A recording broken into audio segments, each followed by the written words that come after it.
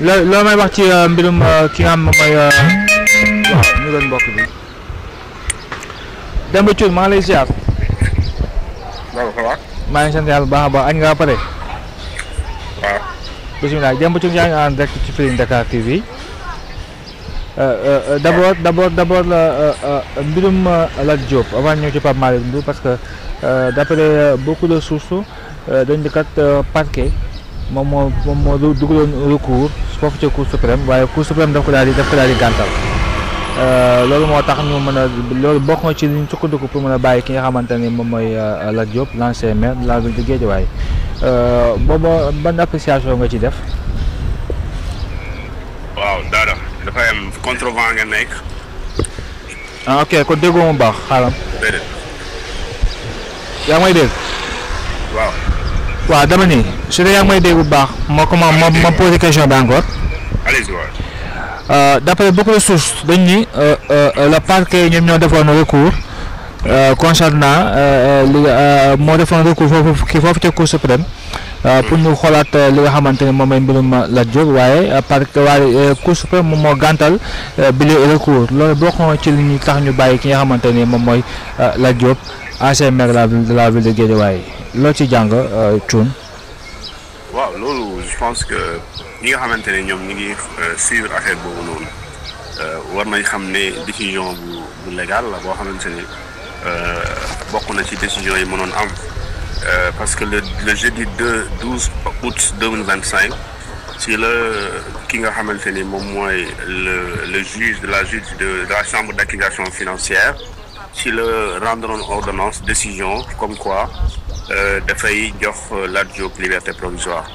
Et à l'époque le procureur général moom moo opposé mu daal def lu ñu tuddee un pourvoi en cassation donc loolu soo demee ci loi portant sur la Cour suprême article 72 bi moom moo lay expliquer les prérogatives du parquet général maanaam procureur général yoon daf ko may bu dee le juge de la chambre d'accusation dafa génnee ndogal bu ci àndul moom mën na def ce qu'on appelle un pourvoi en cassation. Donc yoon daf ko ne article 72 boobu noonu yoon daf ko ne à partir de la notification de l'ordonnance du juge de la chambre d'accusation am nga 2 mois pour def la ñu tuddee pourvoi en cassation.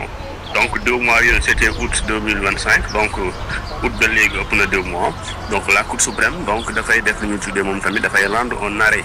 et la Cour suprême buy rendre arrêt dafay jël soit une décision boo xam ne dafay infirmer li ñu tuddee le procureur qui a voulu ko ñu casser li ñu tuddee le fait que ñu jox Lat Diop liberté provisoire sinon mu daal di ko confirmer. Mais dans ce cas c'est la deuxième fois Lat Diop pour la première fois la Cour suprême dafa dëggaloon dafa joxoon dëgg le procureur général mais cette fois-ci la Cour suprême dafa jox dëgg ki nga xamante ni moom mooy chambre d'accusation pour dire que Lat Diop effectivement donc de manière très simple puisque nous sommes la juridiction supérieure bu waxee on prend la décision bi mujjee wax comme quoi donc si on rejette le pourvoi en cassation du procureur général donc d'office Lat Diop en conséquence dafay bénéficier de ce qu'on appelle d'une liberté provisoire donc loolu vraiment c'est des textes et c'est précis, c'est la loi qui le dit. Ok donc loolu c'est la loi qui le dit merci beaucoup léegi Lat Diop kon bàyyi nañ ko mais dafa nekk ci liberté provisoire ba léegi bu ko yoon soxlaa da koy wóoluwaat. waaw léegi liberté provisoire moom c'est le juge d'instruction moom mooy xool cette liberté provisoire boobu dafay assortir de ce qu'on appelle donc contrôle judiciaire wala da ciy def lu ñu tuddee placement sous bracelet électronique wala da koy def sous lu ñu tuddee résidence surveillée loolu c'est une décision qui revient au procureur le juge d'instruction mooy décider loolu mais la décision bi taxaw mooy il y aura une liberté provisoire ndax da ciy yem rek teg ci leneen loolu juge d'instruction moom mooy apprécier mais li nga war a retenir rek mooy dafay bénéficier wu d'une liberté provisoire bàyyiwaale ko léegi nag ci bàyyiwaale boobu noonu mën nañ ne dañ lay defal contrôle judiciaire takkal la bracelet électronique dañ lay def lu ñu tuddee assignation à résidence surveillée et cetera. Mais la conclusion très simple mooy Lat Diop bénéficie d'une liberté provisoire. Ok. Concernant notre compatriote de l'APR muy Pape Malick Ndour ci weer bi ñu génn amoon na juste 3 convocations mais gis nga ni mu mujjee dem na ñu bàyyi ko déglu ko bàyyi ko mais notre grande surprise on a entendu que dañ ko daal di fekk këram daal di koy fekk ci këram sonné ñu ubbi leen ñu dugg présenté ko benn convocation daal koy jël daal koy indi fii ci division des investigations criminelles beaucoup de gens disent que beaucoup de collègues nous disent que dafa am arrestation musclée de Pape Malick Ndour d'abord ci dans les cas lan la ci mën a nekk est-ce que avant ñu lay jàpp dañ lay convoquer d'abord ba nga jot convocation nga ñëw mais à notre grande surprise on a vu que da nga fekk Pape Malick Ndour jàpp ko indi ko fii selon son avocat maître El Hadji Amadou Sall. waaw xam nga Frade dafa am lu ñu tuddee suñ la convoqué y a plusieurs possibilités. oui mën na la convoqué ñu ne la dañ lay remettre convocation ñëwal demain suba la ginnaaw suba mais mën na la jox convocation ñu ne la nga dem wuyu ji des réceptions. waaw c'est-à-dire léegi si convocation si bi ñu ci bindee nga wuyu ji des réceptions c'est-à-dire que boo ko jotee da ngay dem wuyu ji. léegi nag ci jot ko noonu su dee des réceptions lañ la wax nga dem wuyu ji. Bon man je sais pas s'il y a pas ndax dañ koo arrêté brutalement man xaw ma. Maintenant bu fekkente ni dañ la jox la notification ñu jox la convocation on te notifie que jot nga ko. et qu'on vous dit des réceptions da ngay dem wuyu ji. soo demul wuyu ji la force publique mën na user de sa force pour yóbbu la. léegi nag loolu gëm naa ne Pape Malick Ndour du weerante ak ñoom ci loolu. donc li am solo maintenant mooy pour l'heure concrètement et en toute sincérité nit ñi xamuñu li tax il a été arrêté mais mën nañu jox ne c'est par rapport au dossier bi nga xamante ni moom moo waraloon les 2 fois ñu dekkoon ko garde à vue après ñu bàyyi ko. ok mooy le fameux dossier Pape Touré ah. non mën na nekk bu le dernier dossier ça d'ailleurs par rapport à sa sortie lors bu ñuy def soutien politique. waay la Diop waay ok loolu laa jàpp ne boobu la mën a nekk peut-être parce que l'affaire ak Pape Laye Touré bon peut-être mën na nekk bu ne mais puisque amaguñ les motifs réels li tax ñu jàpp ko donc mënoo ci avancer da ngay def ay suppositions rek. spéculation pour éviter de rentrer dans les détails. Pour éviter d'entrer dans les détails tu as raison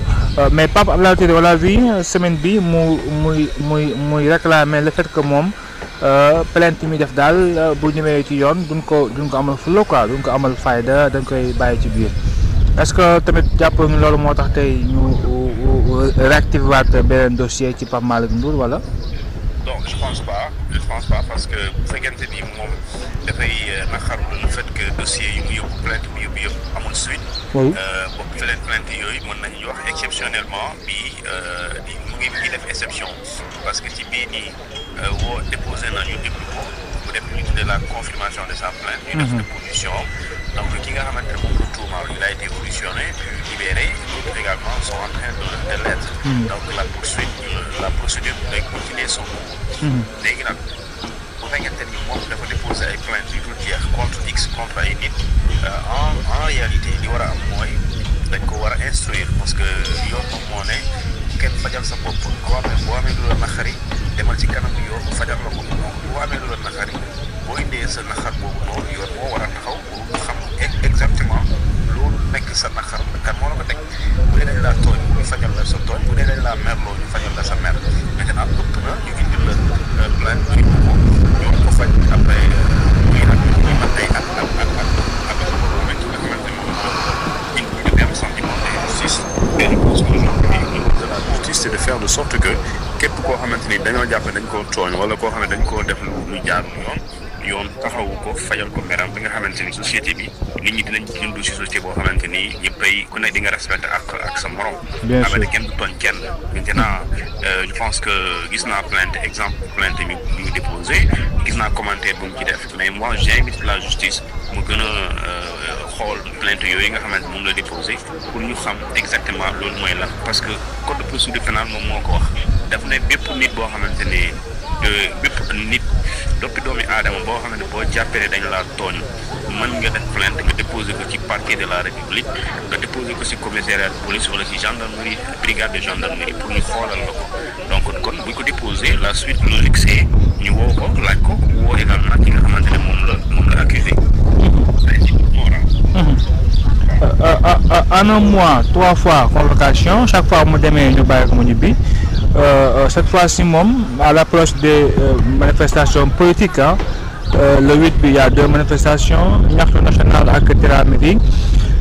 Pape Malick Ndour j'imagine que bu demee tey ci manifestation yi dina yëkkati ay kàddu wax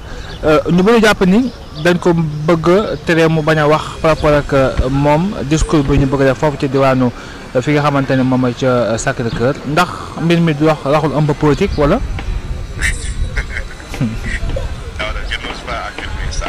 ok. Ce que je peux dire mooy xam nga yoon vraiment il faut ñu xam bu ñu la woowee ci kanamu yoon bu fekkente ni dañ la tuumal dara wala ñu joxal la dara ci phase bii nii indice la ñuy indice mooy tax ñu téye la indice ñàkk am indice yooyu mooy tax ñu bàyyi la. Maintenant s'il y a des indices concordants et probants par rapport ak lu ñu koy woowee mais effectivement dañ koy def police dañ koy téye. wala ñuy indi mesure boo xamante ni dina la bàyyi waaye di nga nekk à la disposition de la justice su fekkente ni c'est le contraire bu fekkente ni woo nañ la nekkal opposant le plus radical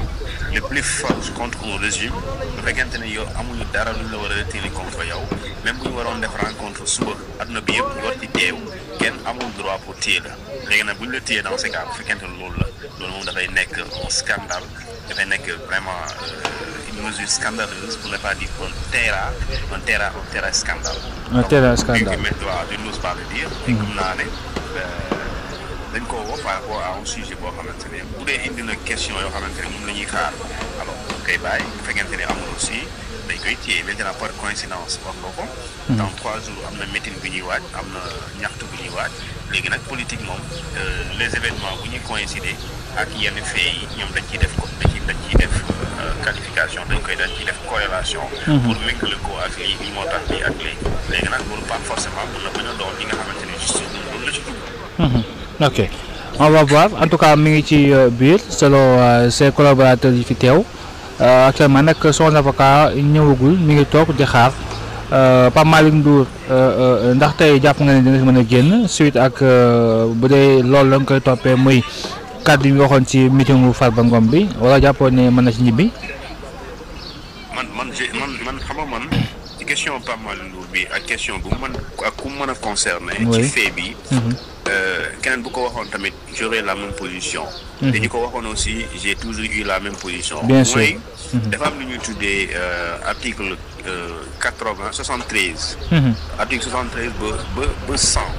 bi nga xamante moom mooy le code pénal sénégalais. dafay daan lu ñuy tuddee ay actes ay jëf ay manœuvre wala ay discours wala ay invite wala ay woote yoo xamante ni soo ko defee da ngay indi woo nit ñi di fipp pour ñu attaquer ay régime boo xam ne dafa inconstitutionnellement établi. wala nga teg ay jéego manœuvre acte de nature à compromettre la sécurité publique. loolu yoonu Sénégal da koy tere. soo demee ci article 73 bi. lu mu tere bokk na ci ne amul kenn benn citoyen wala benn groupe citoyen ñoo xamante ni am nañ sañ-sañ toog woote pour ñu jëlee fi ñi nga xamante ni ñooñu. constitutionnellement démocratie moo la fi def loolu ñu ne ku ko def dañ lay daan donc Pape Malick Ndour lu mu wax mën na nekk dans le cadre politique mais bu dee ci cadre légal dafa violer la loi sénégalaise loolu mooy dëgg. donc même ci ko fekkente ni Ousmane Sonko da ko def en 2021 loolu mënul nekk dëgg même tey. donc Ousmane Sonko bu waxee loolu yoon da koo tere et yoon toppoon na ko si loolu keneen bu ko waxaatee aussi yoon da koo tere te yoon dafa war a topp si loolu. donc ñun on est dans la comparaison. et pourtant des fois la comparaison n'est pas raison. effectivement le bàkkaar lu mu bàkkaar la. dëgg la lu ñu tere dañ ko tere donc c'est pas en fonction de nit yi. la ñuy wax ne jaadu na wala jaaduwul. lu jaaduwul la loi elle est générale et impersonnelle dañ koo teg pour ñëpp. su ko Pape Malick Ndour violé yoon da koo tere su ko Ousmane Sonko defee yoon da koo tere donc yooyu je pense que. jéem a justifier diw defoon na ko kon bu ko nit defee dafay dagan loolu mënul dagan même bu fekkente ni wax na ko ñu bàyyi ko mu dem yoonam terewul dañ ko tere c'est comme tey yàlla def ay charia ba pare nga bëgg a daganal lu mu tere en fonction de sa xarit la nit ki sa xarit la wala sa doom la mais sàcc dañ koo tere donc sàcc même boo demee France dañ koy tere donc mënoo daganal sàcc parce que kuy sàcc sa doom la donc yooyu ñun Sénégal wala mu ñuy xaw a sonal léegi nag bu fekkente ni fee yooyu dañ ko tuddee dañ ko woowee kenn rek moo am prérogative wax ne dama koy day toog wala day des seul le procureur de la République est habilité à donner une suite à ça. bu jàppee ne effectivement war na ko mën a téye day ordonner aux enquêteurs pour ñu téye ko bu jàppee ne jaru ko aussi dañ koy libérer tout simplement peu importe même nit ñi bu ñu waxee voilà dañ koy bàyyi di dañ koy woo di fa bàyyi procureur loolu moom géré wul loolu moom lu mu géré da jàpp ne bu jàppee ne war na ko téye da koy téye bu jàppee ne waru ko téye da koy bàyyi donc peu importe la clameur publique bon loolu vraiment téyewu ko quoi. c'est vrai que du ñu war a commentaire ci décision de justice loolu ñu ci mën a wax waaye successivement yi ñu koy convoqué yëpp par rapport ak le même la même dossier dañ koy bàyyi bàyyi nañ ko la dernière fois tey aussi bu dee propos yu mu waxoon ci meeting la kii Farba Ngom bi moo tax ñu wolu ko tey loolu aussi est-ce que buñ ko waatee tey du gën a warawaat rek gravité les propos yi mu wax ci république bi wala. waaw mais xam nga wax naa la pratique li ñuy tàmm di gis wala li ñuy tàmm di doxalee sànq limal naa la article 73 ba 100 loolu c'est le code pénal sénégalais moom mooy tere jëf yooyu wala loolu ñuy def mais soo demee ci code de procédure pénale lu mu la wax dafa leer daf na ne article 139 daf la ne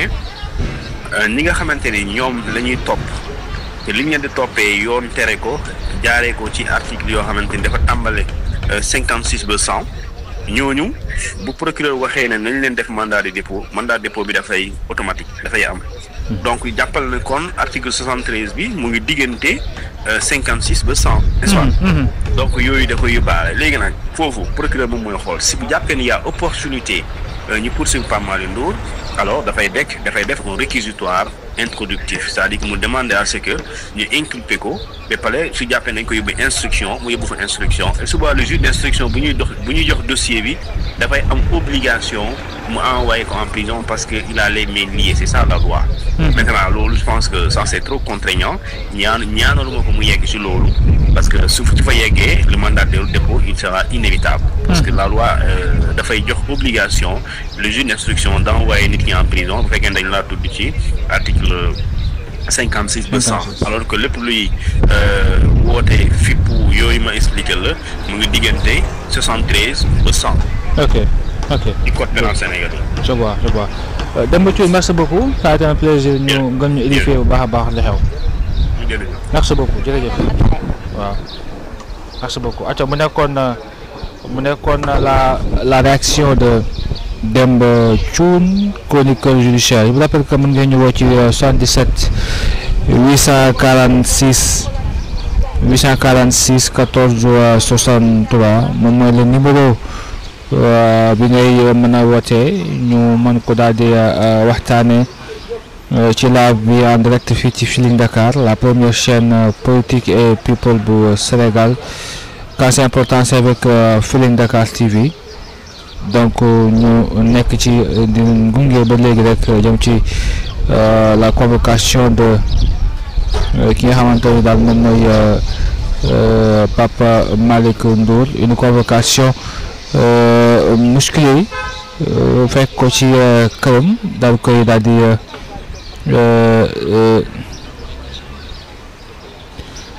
cueillir ci fi nga xamante daal moom mooy ci division des investigations criminelles 846 14 63 846 14 63 moom mooy le numéro de téléphone laquelle boo ci wootee incha allah ñu mën la daal di déglu donc mu ngi noonu. Recours introduit par le procureur général sur la libération de Lat Diop vient d'être rejeté par la Cour suprême donc loolu xam ngeen ko rejet du pouvoir du parquet général la Cour suprême